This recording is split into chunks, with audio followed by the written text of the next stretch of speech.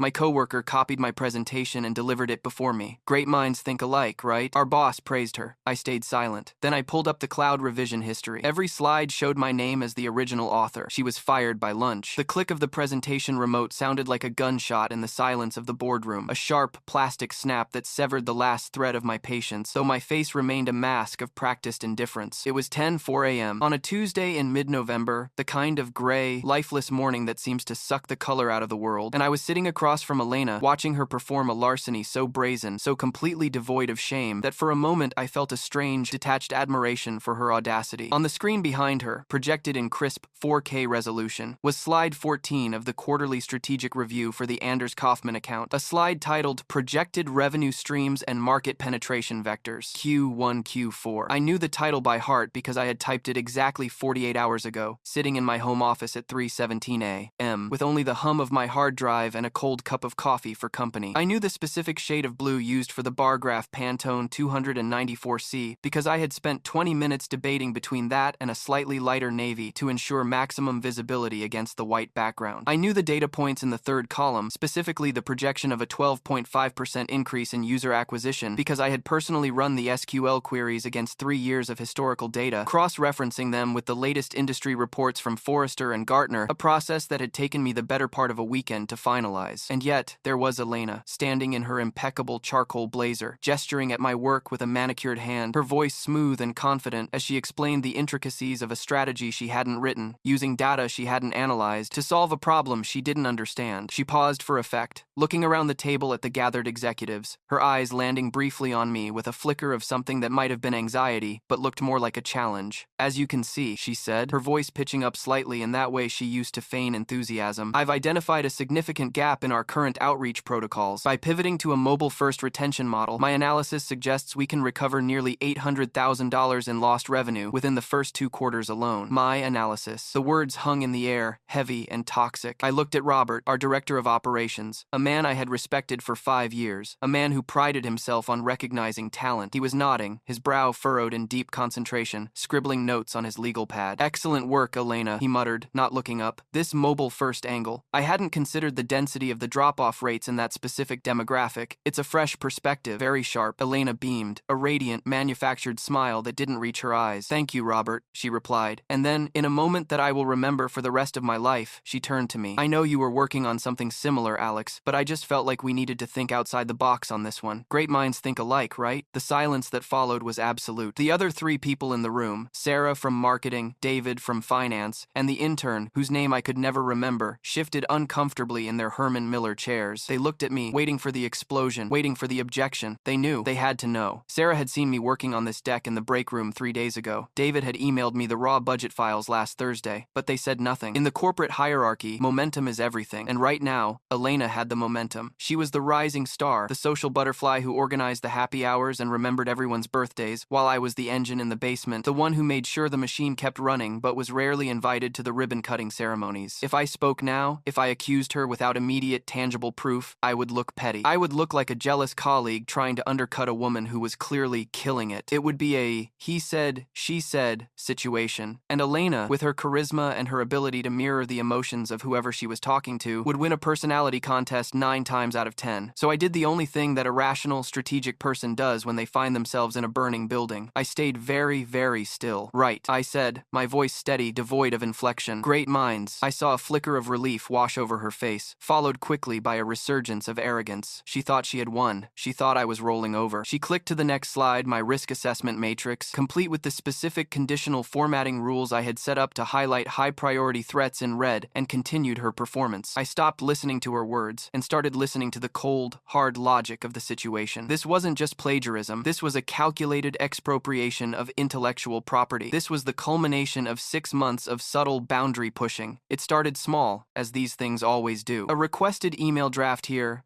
Can you just look over this spreadsheet there? Elena had joined the firm 8 months ago as a senior strategy associate, a title that carried the same weight as mine but came with a significantly higher salary, a fact I had discovered inadvertently when a payroll error left a pay stub on the shared printer. She had come from a boutique agency in the city, bringing with her a reputation for high-level conceptual thinking and a Rolodex of impressive contacts. What she did not bring, I quickly learned, was any actual aptitude for the grind of strategic analysis. The first time she asked for help, it was framed as an onboarding issue. I'm just not used to this interface, she had laughed, leaning over my desk, smelling of expensive vanilla perfume. At my old place, we used a proprietary dashboard. Could you show me how to pull the Q2 variances? I showed her. It took 45 minutes. She took no notes. 2 weeks later, she asked again. Then came the collaborations. She would suggest we team up on a report, which in practice meant I would write the report, generate the graphs, and format the deck, while she would polish the narrative and handle the delivery. I was naive then. I thought that being a team player meant covering for the weak links. I thought that eventually, management would notice who was doing the heavy lifting. I believed in the meritocracy, that grand lie we tell ourselves to justify the late nights and the missed family dinners. But the meritocracy is a myth. The corporate world is a theater, and I was a stagehand who had mistakenly wandered onto the stage, expecting applause for moving the furniture. Elena was the lead actress. She knew her lines, or rather, she knew how to read my lines with enough conviction to make them hers. As she wrapped up the presentation, hitting the final slide a summary of next steps that I had outlined in a bulleted list at 4:45 a.m. This morning, Robert set his pen down and leaned back. I have to say, Elena, this is exactly the kind of initiative I've been looking for. The Anders Kaufman renewal is coming up in 3 weeks, and frankly, I was worried we didn't have a hook. This, he gestured at the screen. At my work, this is the hook. I want you to lead the pitch meeting with the client. My stomach turned, a physical sensation of nausea that rose in my throat. The Anders Kaufman account was the whale. It was the project that was supposed to secure my promotion to principal strategist. I had built this deck specifically to showcase my readiness for that role. I had spent weeks cultivating the relationship with their COO, weeks analyzing their pain points, and now, Robert was handing the keys to the kingdom to someone who couldn't tell a pivot table from a pie chart. I'd be honored, Robert, Elena said, practically glowing. I really think I can connect with them on this. It just feels right. She glanced at me again, a quick, darting look to check if the corpse was still twitching. And of course, I'll loop Alex in for the support work. He's great at digging up the numbers. Support work. The demotion was swift, brutal, and public. I was being relegated to the role of her assistant on a project I had architected from the ground up. Sounds like a plan, Robert said, standing up. Great work, everyone. Let's get this finalized by Friday. The meeting broke up. The air in the room felt thin, insufficient to oxygenate my blood. Sarah gave me a sympathetic look as she gathered her laptop, a slight grimace that said, "Times I know, but what can you do?" Asterisk. David avoided eye contact entirely, focusing intently on his phone. I stood up slowly, deliberately, closing my laptop with a soft click. I didn't look at Elena. I didn't trust myself to look at her. I walked out of the conference room, down the long hallway lined with abstract art that cost more than my car, and back to my desk in the open plan bullpen. The office was buzzing with the mid-morning lull, the sound of keyboards clacking, and muted conversations about weekend plans. I sat down, my hands trembling slightly, not from fear, but from a surge of adrenaline that was clarifying my thoughts with crystalline precision. I needed to breathe. I needed to think. I needed to kill the version of myself that had allowed this to happen. The nice guy, the team player, the doormat, and birth something else, something colder. I unlocked my computer and stared at the desktop. My background was a photo of a brutalist structure, a concrete monolith standing against a gray sky. It felt appropriate. I opened the file explorer. I didn't go to the shared drive where the presentation lived. I knew what I would find there. The file metadata would show that Elena had modified it last, probably just moments before the meeting, to save it to her local drive. That wouldn't prove anything other than that she had access. I needed something forensic. I needed the digital DNA of the document. We used a cloud-based enterprise suite for all our documentation, a system that tracked changes down to the keystroke to ensure compliance with Sarbanes-Oxley and other regulatory frameworks. Most people treated it as a simple storage drive, unaware of the panopticon operating in the background. I navigated to the version history tab. It was a feature buried 3 menus deep, one that the average user never touched unless they had accidentally deleted a paragraph. I right-clicked on the file, Anders Kaufman Q4, Strat V4, PPTX, and selected version history. A sidebar opened on the right side of the screen, populating with a list of timestamps and user avatars. The most recent entry was at 9:55 a.m., modified by Elena Vance. She had changed the title slide, swapping my name for hers. That was it, a single edit. I scrolled down. 9:50 a.m., modified by Alex Mercer. 9:15 a.m. EM, modified by Alex Mercer. 8:30 a.m., modified by Alex Mercer. The list went back for days, a monolithic wall of my own activity. But this wasn't enough. Simply showing that I had worked on the file wouldn't hold up in a court of public opinion. She could claim we collaborated offline, that I was just the typist for her brilliant dictations. I needed to prove that the Times, ideas, Times were mine, that the Times structure Times was mine, and that she had possessed no knowledge of the content until she stole it. I needed to prove the negative, that she had done nothing. I opened the activity log for the entire folder. This was a different view, one that showed read, write, access times. I filtered for Elena's username. The results were sparse. She had opened the folder for the first time at 9:45 a.m. this morning, 15 minutes before the meeting. She hadn't even looked at the file until 15 minutes before she presented it. She had walked into that room, opened a deck she she had never seen and improvised her way through it, using her specialized skill set of corporate buzzwords and unearned confidence. It was a high-wire act of sociopathic proportions. But there was more. I remembered the graph on slide 14. The data source for that graph wasn't in the PowerPoint. It was linked to an Excel spreadsheet titled Master Data Q4 Source XLSX, which lived in a subfolder marked Archive. I checked the access logs for that spreadsheet. Elena Vance had never opened it, not once. 0 views, 0 downloads. It was mathematically impossible for her to have conducted the analysis she claimed credit for because she had never accessed the raw data required to perform it. She had presented the summary without ever seeing the evidence. I sat back in my chair, the tension in my shoulders beginning to transmute into a grim satisfaction. I had the weapon. Now I needed the venue. A private email to Robert wouldn't suffice. He was already enamored with her. He had bought the fresh perspective narrative. If I went to him privately, he might try to smooth it over, frame it as a miscommunication about roles, and ask us to work together to move forward. He might even protect her to save face, since he had already praised her in front of the team. No, the betrayal was public, so the execution had to be public. The punishment had to fit the crime. I looked at the calendar. The firm had a town hall meeting scheduled for Friday afternoon, a quarterly all-hands where teams showcased their big wins. It was usually a boring affair, catered with stale sandwiches, but this Friday was different. The global VP of strategy, a terrifyingly competent woman named Veronica Sharp, was flying in from London to sit in. She was known for her intolerance of fluff and her obsession with data integrity. She was the validator I needed. Robert had mentioned that Elena would be leading the pitch for the Anders Kaufman account. That meant she would likely be asked to give a preview at the town hall. It was the perfect trap. I felt a vibration in my pocket. It was a text from my wife, Julie. How did the presentation go? Did they love the mobile-first idea? I stared at the screen for a long moment. I couldn't tell her yet. If I told her, she would tell me to go to HR, to file a complaint, to follow the rules. But the rules were broken. The system had failed. I was operating outside the handbook now. I typed back, "When interesting. Big changes coming." I put the phone down and opened a new OneNote file. I named it The Case. I began to drag and drop screenshots. The timestamp of her first access. The timestamp of my file creation created 3 weeks ago. The logs showing she never opened the source data. I went further. I went into my email archives and pulled up the 3 separate instances where she had emailed me, asking for basic definitions of terms she used in the presentation today. "Hey Alex, quick you, what exactly is churn rate in this context? LOL brain fart." That was from October 12th. I screenshotted it. "Alex, how do I calculate the LTV again? Formula isn't working for me." That was from November 1st. I screenshotted it. I was building a mosaic of incompetence. I needed more though. I needed to know exactly how she got the file. We had a shared drive, yes, but I usually kept my working drafts in a private folder until they were ready for review. I had moved the final version to the shared drive at 9 a.m. this morning, thinking Robert might want to review it before the meeting. That was my mistake. A 15-minute window was all she needed. But wait, I remembered something. At 9:10 a.m., Elena had stopped by my desk. She had spilled coffee on the floor near the printer, a few feet away. "Oh my God, I'm so clumsy," she had shrieked. I had gotten up to help her get paper towels. I was away from my desk for maybe 2 minutes. My computer was unlocked. I stared at the screen. Had she? It seemed too Hollywood, too spy movie. But people like Elena operate on opportunity. If she saw the file open on my screen or saw me move it, no. The logs showed she accessed it from her machine. But the distraction might have been to ensure I wasn't looking at my screen while she did it. It didn't matter. The times how times was less important than the times what asterisk. The times what times was theft. I spent the next 4 hours doing absolutely no work for the company. I sat in my ergonomic chair, surrounded by the hum of productivity, and I prepared my dossier. I didn't just collect the logs, I annotated them. I created a timeline, minute by minute, of the last 72 hours. I linked every claim she made in the meeting to a specific file she had never opened. I found the chat logs where she told me she was going to be out of pocket all weekend at a vineyard, while I was logged in for 14 hours straight on Saturday and Sunday. I was methodical. I was relentless. I was the investigator of my own murder. By 2 p.m., I had a 20-page PDF. It was a masterpiece of forensic accounting, but I wasn't going to send it yet. Patience was the key. If I fired too early, she could claim it was a draft, a misunderstanding, a placeholder. I needed her to commit fully. I needed her to stand in front of Veronica Sharp and the entire company and claim that work as her own one more time. I needed her to be so deep in the lie that there was no way to swim back to the surface. At 3 p.m., Elena walked by my desk. She was holding a green smoothie and looking refreshed. "Hey Alex," she said, pausing. She didn't come into my space this time. She hovered at the perimeter. "Great meeting today, huh? I really appreciate you being cool about the whole collaboration thing. I just think it's so important we present a united front to leadership." She smiled, and it was a terrifying thing, a baring of teeth that mimicked warmth but conveyed only dominance. "You know how it is. Sometimes you just have to seize the narrative." I looked up at her. I forced the muscles in my face to relax. I forced a small, tight smile onto my lips. "Absolutely, Elena," I said, "seizing the narrative. That's exactly what you did." She didn't catch the double meaning. She She was too high on her own supply. Glad we're on the same page, she said, tapping her nails on her cup. Oh, by the way, Robert wants the slide deck sent to Veronica for the town hall prep. Can you just, forward that to her, since you have the file open? The audacity was breathtaking. She was asking me to email the evidence of her theft to the person she was about to lie to. Sure, I said. I'll handle it. Thanks. You're a lifesaver. She turned and walked away, her heels clicking on the polished concrete floor. I watched her go. I waited until she turned the corner. Then I opened my email client. I composed a new message. Recipient, Veronica Sharp. Subject, Anders Kaufman Q4 Strategy Deck. Review materials. I attached the presentation, but I didn't send just the presentation. I hesitated. No, not yet. If I sent the dossier now, Veronica might cancel the presentation. She might handle it quietly behind closed doors. I needed the audience. I deleted the draft. I would wait until the town hall. I would wait until she was on stage, and then I would release the truth. But I needed a backup plan. I needed to make sure that when the moment came, the evidence was undeniable. I decided to introduce a trap street. Cartographers used to put fake streets on maps to catch plagiarists. If a competitor's map had the fake street, they knew it was stolen. I opened the presentation file again. I went to the hidden metadata properties. In the comments field of the file properties, a place no one ever looks, I typed a message. This document was authored by Alex Mercer. If you are reading this and you are not Alex Mercer and you are claiming this work, you are committing fraud. Date, November 14th, 3:25 p.m. I saved it. Then I went to slide 22. It was a complex chart about market segmentation. I adjusted the data source link. Instead of pointing to the static Excel sheet, I pointed it to a live query that updated every time the slide was presented. And then I wrote a small script, a simple VBA macro. It was a time bomb. It was set to trigger only after 5 minutes of presentation mode. It wouldn't crash the file. It wouldn't delete anything. It would simply change the data labels on every chart to read source, author, Alex, Mercer, original, creation. It was risky. If IT caught it, I could be in trouble for tampering. But IT wouldn't catch it. IT was outsourced and overworked. I saved the file. Sent. I whispered to the empty air. I was no longer just an analyst. I was the architect of her ruin. The day dragged on. I went through the motions, answering emails, sitting in on a conference call about Q1 logistics, nodding at the right times. But my mind was entirely focused on Friday. I was replaying the scenario over and over, looking for holes, looking for variables I hadn't accounted for. What if she didn't use the deck? What if she made a new one? Unlikely. She was lazy. Narcissists are inherently efficient with their energy. They don't do work if they can steal it. She would use my deck. She might change the font or add a picture, but the core, the hard stuff, would remain mine. At 5:30 p.m., I packed up my bag. The office was thinning out. Elena had already left. She had a networking dinner. I walked to the elevator, feeling a strange lightness in my chest. It was the absence of fear. I had been afraid of losing my job, of being overlooked, of not being enough, but that fear was gone, replaced by a cold, hard purpose. I wasn't fighting for a promotion anymore. I was fighting for the truth, and I had the receipts. As I walked out into the cool evening air, I took a deep breath. The city lights were just coming on, a grid of electricity and ambition. I checked my phone. One notification. A calendar invite from Robert. Town hall. Special presentation prep. It was for tomorrow morning. Just me and him. My heart skipped a beat. Had he figured it out? Or was he going to ask me to prep Elena? I accepted the invite. Let's play, I said aloud. The wind carried my voice away, losing it in the noise of the traffic. I walked toward the subway, my mind sharpening, honing the blade I would use to cut the cancer out of this company. This was only the beginning. Thursday morning arrived with the inevitability of a court summons. The sky a bruised purple that promised rain but delivered only a bone-deep dampness that seeped through the glass walls of the office. I was standing outside Robert's office at 8:58 a.m., 2 minutes early, watching him through the frosted glass as he adjusted his Hermes tie in the reflection of his framed diploma. He looked composed, the picture of a director who had successfully delegated his way to the middle top, but I knew the telltale signs of his stress, the slight tremor in his left hand as he reached for his coffee, the way he kept checking his Apple Watch every 30 seconds. He was betting big on Elena, and by extension, he was betting big on his own judgment, a currency that was currently trading at an all-time high thanks to the stolen presentation. I knocked once, a sharp rap on the doorframe, and entered without waiting for the summons. Alex, good,